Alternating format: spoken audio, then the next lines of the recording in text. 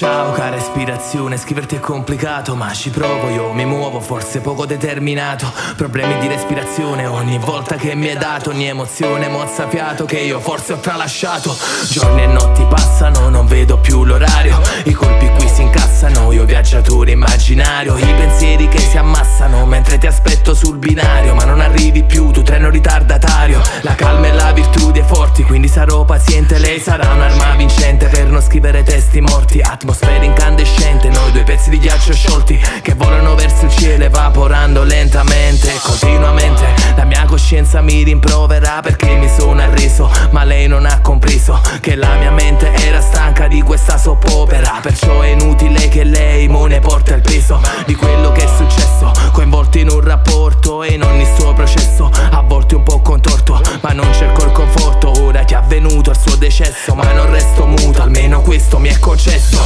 Ho mezza folla vire sul che la mano è stata, che tra salute piano piano vire s'allontana. La mano amica prima te voleva stringere, ma mo te saluto, ha deciso da appendere. Per troppo tempo t'ha aspettato, ma mo sei scucciato. Hai te vicino ancora, gli ammagate le scordate. E se volessimo non da può più riprendere, è troppo tardi, c'ha ispirazione a forme femmina. Per troppo tempo questa penna non ha scritto, anche se aveva inchiostro per percorrere il suo tragitto. Lungo questo foglio ma bloccata dall'orgoglio che puntualmente io dimostro nel nostro conflitto. A fuoco fatto di parole che creavano dolore, come colpi di pistole in un thriller sparati da un killer professionista con problemi di vista, che mirava al braccio ma colpiva il cuore. Eppure la nostra avventura è stata mitica. Tu Ulisse pronto a partire dal molo, io Penelope scambi di ruolo. Ti aspetto invano nella nostra Itaca per rivivere di nuovo insieme, lontani dal canto di quelle sirene.